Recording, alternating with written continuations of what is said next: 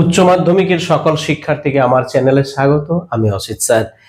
আজকে তোমাদের এই থার্ড সেমিস্টার, উচ্চ মাধ্যমিকের থার্ড সেমিস্টার এবং ফোর্থ সেমিস্টার, এই দুটো মিলিয়ে তো তোমাদেরকে উচ্চ মাধ্যমিক দিতে হচ্ছে। এই থার্ড সেমিস্টারে তোমাদের শিক্ষা বিজ্ঞান বিষয়ে সিলেবাসে যা যা রয়েছে, বেশ কিছু রদবদল বলো, যাই বলো, যেভাবে হয়েছে তার আপডেট আজকে তোমাদেরকে দিতে চলেছি। এবং জেনে নাও যে আমাদেরকে কি কি পড়াশোনাগুলো কিন্তু করতে হচ্ছে। তাহলে এসো প্রথমে আমরা দেখে নিই যে কি কি রয়েছে, সংক্ষেপে বিষয়টাকে বোঝার চেষ্টা করো। দেখো, তাহলে আমাদের প্রথমে কিন্তু দুটো গ্রুপ, এই দুটো গ্রুপে কিন্তু ভাগ করা হয়েছে। প্রথম গ্রুপটা বলা হচ্ছে গ্রুপ এ এবং আরেকটা গ্রুপ রয়েছে যেটা হচ্ছে গ্রুপ বি। বোঝা গেছে?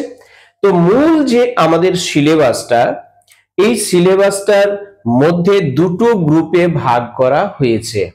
এই দুটো গ্রুপের মধ্যে বেশ কিছু ইউনিট আছে এবং এই ইউনিটগুলোর মধ্যেও আছে বেশ কিছু কিছু সাব ইউনিট।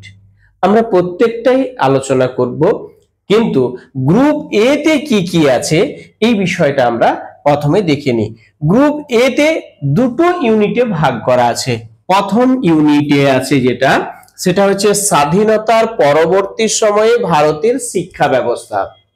অর্থাৎ সেকেন্ড সেমিস্টারে আমরা দেখলাম যে স্বাধীনতার পূর্ববর্তী যে শিক্ষা ব্যবস্থা ছিল এটা যেমন আমরা জেনে এসেছি, তাহলে স্বাধীনতার পরবর্তী পর্যায়ে যে শিক্ষা ব্যবস্থাগুলো তৈরি হয়েছিল সেই শিক্ষা ব্যবস্থাগুলো সম্পর্কে আমাদেরকে জানতে হবে।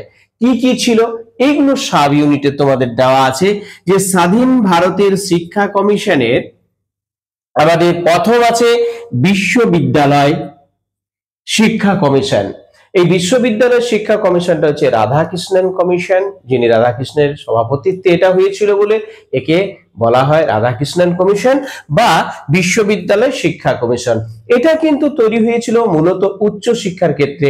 আমি যখন ক্লাসগুলো করাবো ডিটেলস সমস্ত কিছুই কিন্তু একেবারে পুঙ্খানুপুঙ্খ আলোচনা কিন্তু করব। দ্বিতীয়ত কি হচ্ছে মাধ্যমিক শিক্ষা কমিশন, আর একটা কমিশন তৈরি হয়েছিল মাধ্যমিক শিক্ষা কমিশন, সেই কমিশন সম্পর্কেও কিন্তু আমরা এখানে পড়ব। তৃতীয়ত হচ্ছে ভারতীয় শিক্ষা কমিশন বা কোঠারি কমিশন। এই কোঠারি কমিশন সম্পর্কে কিন্তু আমাদেরকে জানতে হবে। অর্থাৎ স্বাধীন ভারতের যে তিনটি কমিশন, আমাদের সেই তিনটি কমিশন, অর্থাৎ উচ্চ শিক্ষার ক্ষেত্রে বিশ্ববিদ্যালয় শিক্ষা কমিশন, মাধ্যমিক শিক্ষার ক্ষেত্রে মাধ্যমিক শিক্ষা কমিশন এবং ভারতীয় শিক্ষা কমিশন বা কোঠারি কমিশন, এই তিনটি কমিশন কিন্তু আমাদেরকে পড়তে হবে। এবং দ্বিতীয়ত কি আছে, দ্বিতীয়তে দেখো জাতীয় শিক্ষা নীতি। এরপরে এই কমিশনগুলোর পরেই তৈরি হয়েছিল জাতীয় শিক্ষা নীতি বা ন্যাশনাল এডুকেশন পলিসি। এই ন্যাশনাল এডুকেশন পলিসি প্রথম তৈরি হয়েছিল 1986-তে তৈরি হয়েছিল এবং তার পরবর্তী পর্যায়ে তৈরি হলো সেটা 2020-তে। এবং এই জাতীয় শিক্ষানীতির কাজ কি, জাতীয় শিক্ষানীতিতে কি কথা, শিক্ষা সম্বন্ধে কি বলা আছে, এর 1986 জাতীয় শিক্ষানীতিতে কি ছিল, উদ্দেশ্য কি ছিল, 2020-তে যে জাতীয় শিক্ষানীতি হলো এখানে কি বলা হয়েছে, সমস্ত বিষয়গুলো এখানে আলোচনার বিষয়। এরপরে আছে অনুন্নত শ্রেণীর শিক্ষার সমস্যা। 3 নাম্বার হচ্ছে সাব ইউনিটের অনুন্নত শ্রেণীর শিক্ষার সমস্যা।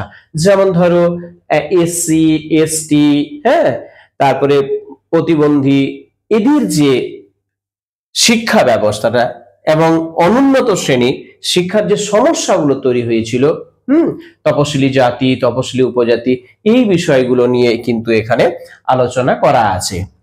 এরপরে ইউনিট 2তে আছে মহান শিক্ষাবিদ এবং তাদের শিক্ষায় অবদান।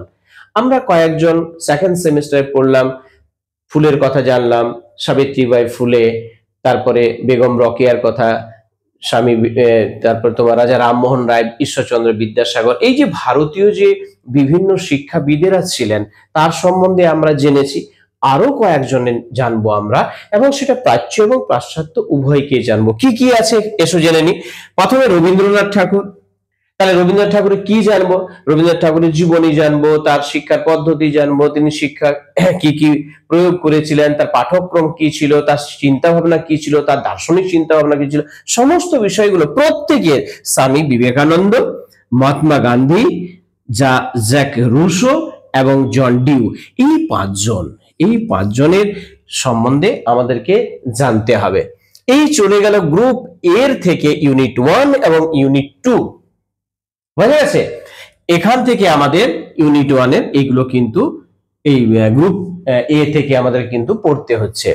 দেখো বিষয়টা হয়তো এখানটাতে মনে হচ্ছে গ্রুপ এর ইউনিট এইটুক একটু, ইউনিট 2 এই অল্প না। এক একটা আলোচনা, যেহেতু বড় প্রশ্ন হলে কিন্তু আলাদা কথা, এখানে সাজেস্টিভ প্রশ্ন হতে পারে, এটা আসবে, এটা সম্ভাবনা বেশি, এইরকম সাজেশন করে পড়া যায়।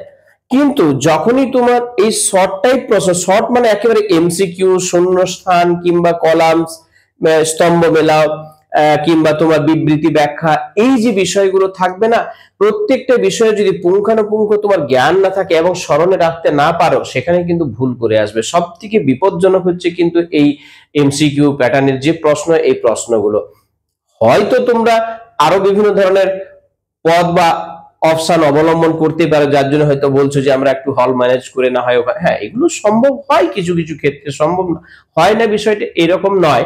কিন্তু তোমাকে খুব স্ট্রংলি তৈরি হতে হবে, তোমাকে একেবারে সাবলীল হতে হবে, তা নাহলে কিন্তু তোমার পরীক্ষা দেওয়া অত্যন্ত জটিল হবে। তুমি যেটা ভাবছো যে হ্যাঁ হয়ে যাবে, ম্যানেজ করে হয়ে যাবে, যে ভুল করবে, ধরো ক্লাসে একজন ভুল করলো আর সেই গোটা হল সেইভাবে সেটা ম্যানেজ করা হয়ে গেল, ব্যাস প্রত্যেকেই ভুল করবে। যার জন্য সতর্ক থেকে নিজে থেকে করাটা অত্যন্ত ভালো। এবং এর জন্য কিন্তু সিলেবাসটা আমরা কখনো বলতে পারি না যে খুব স্বল্প, স্বল্প কিন্তু নয়, অনেকটাই। দেখো গ্রুপ বি তে আমাদেরকে কি কি জানতে হবে, কি কি পড়তে হবে। আধুনিক শিক্ষায় সাম্প্রতিক প্রবণতা এবং সমস্যা, এখান থেকে ইউনিট 1 এবং ইউনিট 2 এখানে দুটো ভাগ করা হয়েছে। ইউনিট 1 এ যেটা আমাদের আছে অন্তর্ভুক্তিমূলক শিক্ষা। এখন অন্তর্ভুক্তিমূলক শিক্ষা বিষয়টা কি, এটা তোমাকে জানতে হবে প্রথমত। দ্বিতীয়ত হচ্ছে বিভিন্নতরভাবে সক্ষম শিশুদের জন্য শিক্ষা, এটা তোমাকে জানতে হবে। প্রতিবন্ধী শিশুদের শিক্ষামূলক কর্মসূচি, এটা জানতে হবে। এবং অন্তর্ভুক্তিমূলক শিক্ষার ও অন্তর্ভুক্তিমূলক সমাজ গঠনের এই তিনটি ইউনিট তোমাকে জানতে হবে। এই সাব ইউনিটগুলোর ভেতরেও কিন্তু আরো যে সমস্ত জিনিসগুলো আলোচনা করা আছে সেগুলো সম্বন্ধে তোমাকে জানতে হবে। যেমন বিভিন্ন ভাবে সক্ষম শিশুদের যে শ্রেণী বিভাগ করতে হবে, শারীরিক প্রতিবন্ধী, মানসিক প্রতিবন্ধী, হ্যাঁ শিখনে অক্ষম প্রতিবন্ধী, তারপরে অটিজম, তারপরে বুদ্ধিদীপ্ত শ্রেণী, এগুলোকে জানতে হবে। এবং এরা কিভাবে অক্ষম সেই বিষয়গুলো জানতে হবে। এবং অন্তর্ভুক্তিমূলক শিক্ষা মানে, অন্তর্ভুক্তি মানে একত্রিত, একসাথে, জাতি ধর্ম বর্ণ যেমন নির্বিশেষে এখানেও কিন্তু সাধারণ শিশুর সঙ্গে একজন প্রতিবন্ধী শিশু কিংবা এসসি হতে পারে, এসটি হতে পারে, বিভিন্ন যে শিশু আছে সেই শিশুরা একসাথে একই ছাদের তলায় পড়াশোনা করবে, এটাকে বলা হচ্ছে অন্তর্ভুক্তিমূলক শিক্ষা বা ইনক্লুসিভ এডুকেশন। এখান থেকে বিভিন্নভাবে সক্ষম শিশুদের জন্য শিক্ষা, প্রতিবন্ধী শিশুদের শিক্ষামূলক কর্মসূচি কি কি গ্রহণ করা হয়েছিল, অন্তর্ভুক্তিমূলক শিক্ষার ও অন্তর্ভুক্তিমূলক সমাজ গঠন, এইটা হচ্ছে ইউনিট 1 এ আমাদের আলোচনার বিষয়। দ্বিতীয়ত হচ্ছে কি ইউনিট 2 এ সকলের জন্য শিক্ষা। এই সকলের জন্য যে শিক্ষাটা আছে, একবিংশ শতাব্দীর শিক্ষার বিশ্বব্যাপী দৃষ্টিভঙ্গি, এটা সম্পর্কে আমরা জানবো। তার সাথে সাথে জানবো সকলের জন্য যে শিক্ষা, এই সকলের জন্য শিক্ষার বিশ্বব্যাপী যেটা আছে সেটাতে বিশেষত আমাদের ডেলার্স কমিশন, এই ডেলার্স কমিশনটা তোমাকে জানতে হবে, যেখানে 4টা স্তম্ভের কথা বা 4টা কলমের কথা বলা হয়েছে। জানার জন্য শিক্ষা, মানুষ হওয়ার জন্য শিক্ষা, কর্মের জন্য শিক্ষা, এই যে এরকম 4টা যে তোমাকে শিক্ষার উদ্দেশ্য সেইগুলো সম্পর্কে জানতে হবে। সকলের জন্য শিক্ষা যেটা আছে সেটা বিভিন্ন ধরনের যে কমিশন গুলো আছে, সেই কমিশনের ভারতীয় সার্বজনীন প্রাথমিক শিক্ষা, হ্যাঁ, এই সব বিষয়গুলো তোমাকে ওখানে আলোচনা করা আছে। এবং আধুনিক শিক্ষা ইতিবাচক যে মনোবিজ্ঞানের ভূমিকা, এখানে ইতিবাচক মনোবিজ্ঞানের যে ভূমিকা, তার উদ্ভব কি, তারপরে তার ধারণা, এই সমস্ত বিষয়গুলো কিন্তু জানতে হবে আমাদের আধুনিক শিক্ষায় ইতিবাচক মনোবিজ্ঞানের ভূমিকা। তাহলে এই হচ্ছে মোটের ওপর আমাদের সিলেবাস, যা ক্লাস 12 এর থার্ড সেমিস্টারে করতে হচ্ছে। গ্রুপ এ থেকে 2টো ইউনিট এবং গ্রুপ বি থেকে 2টো ইউনিট। তো আজকে যারা আমার নতুন ভাবে এই চ্যানেলে দেখছো, তাদেরকে বলবো চ্যানেলটা সাবস্ক্রাইব করে রাখো। পরবর্তী প্রত্যেকটা ক্লাস সম্পূর্ণ এবং বোধগম্যতার সঙ্গে বোঝানোর জন্যই কিন্তু আমি আসছি। এবং যদি তোমাদের ভালো লেগে থাকে তাহলে একটা লাইক করবে এবং বন্ধুদের দেখানোর জন্য চ্যানেলটা কিন্তু শেয়ার করবে।